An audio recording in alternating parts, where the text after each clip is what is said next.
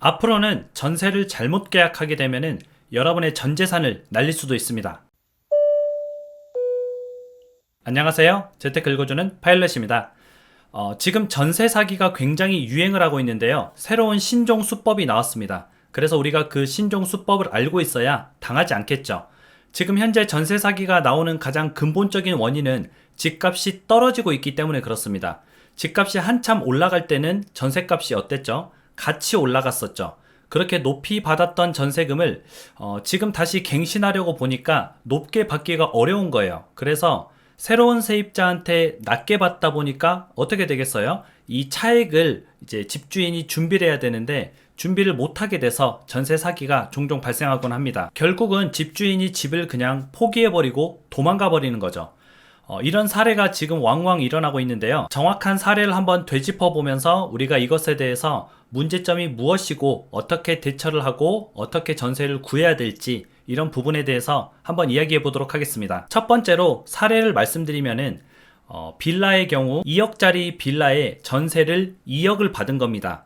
2억짜리 빌라를 처음 살 때 전세 세입자를 2억에 구한 거죠. 원래대로라면은 이 전세 세입자는 2억을 주고 들어오면 안 됐었죠. 하지만 충분히 공부를 하지 못하다 보니까 뭐 전세 그냥 2억이네, 원래 그 정도 줘야 되나 보네 하고 들어온 거죠. 그런데 이 경우 집주인은 자기 돈을 한 푼도 들이지 않았죠. 물론 뭐 취등록세, 복비 이런 건 들어갔겠지만 이 집을 사는데 자기 돈이 한 푼도 들어가지 않은 겁니다. 이런 상황에서 집값이 1억 6천, 1억 7천까지 떨어졌어요.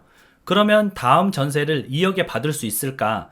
집값이 2억 2천, 2억 4천 이렇게 올랐다면은 뭐 전세금을 똑같이 받거나 또는 올려받거나 할 텐데 집값이 떨어지다 보니까 전세금도 낮아져야 되는 상황이 된 거죠. 그러면 낮아진 전세금을 돌려줘야 되는데 그 돈을 돌려주느니 그냥 내가 집을 포기해버리는 겁니다.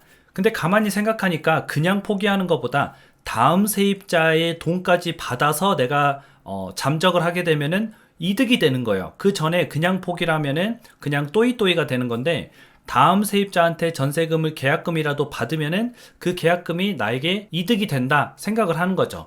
이게 물론 범죄입니다. 범죄지만 지금 그런 사례가 굉장히 많이 일어나고 있어요.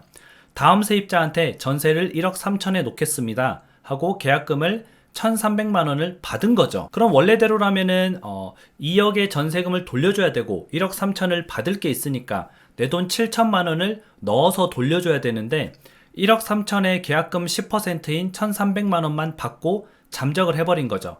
게다가 이제 계속 중도금을 달라고 한 겁니다. 잠적을 할 거니까 뭐 중도금 조금 주세요, 아니면은 잔금을 조금 일찍 주세요, 이런 식으로 했는데 다행히 이 새로운 세입자는 이상한 낌새를 눈치채고 700만 원 정도만 더 줬다고 하더라고요. 그래도 2천만 원 상당의 돈을 사기를 당하게 된 거고, 지금 이 집에 거주하는 사람은 2억 상당의 본인의 전세 자금을 돌려받지 못한 거죠. 이건 한 가지 사례를 말씀드린 거고요. 지금 수많은 이런 사례가 발생하고 있습니다.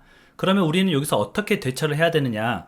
뭐 이거 알 수가 없잖아요. 솔직히 이 사람이 전세금 계약금을 받고 잠적을 해버릴지 안 해버릴지 알 수가 없잖아요. 그래서 우리가 스스로 대처를 해야 됩니다. 어떻게 대처를 해야 되냐면 내가 구하려는 전셋집의 매매가를 알아야 되고요. 그 전 매매가도 알아야 됩니다. 그리고 세입자가 얼마에 들어와 있는지 이것까지 알아야겠죠. 그 전에 상가격은 어떻게 알아요? 등기부 등본을 떼보면은 거기에 나와 있습니다.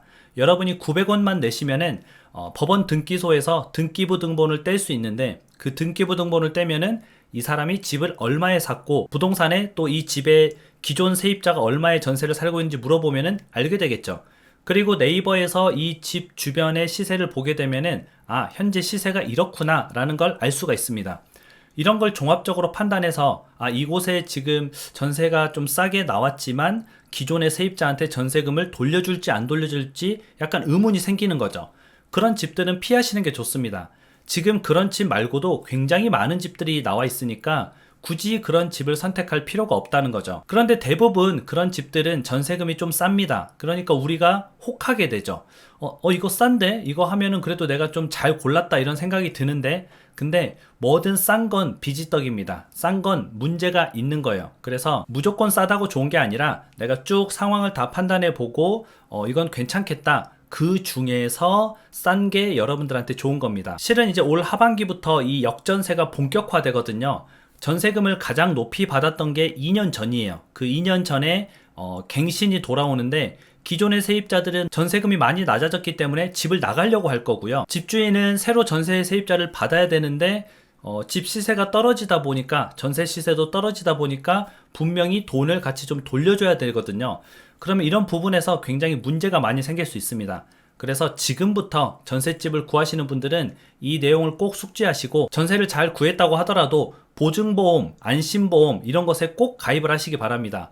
그게 돼야지 여러분들의 전세금을 안전하게 지킬 수 있습니다. 그리고 월세에 들어가시는 분은 월세는 보증금이 많진 않지만 각 지역별로 이제 최우선 변제금이라고 있거든요. 월세 세입자들을 위한 금액인데 이건 나라에서 무조건 세입자를 최우선으로 주겠다 하는 최우선 변제금이 있어요.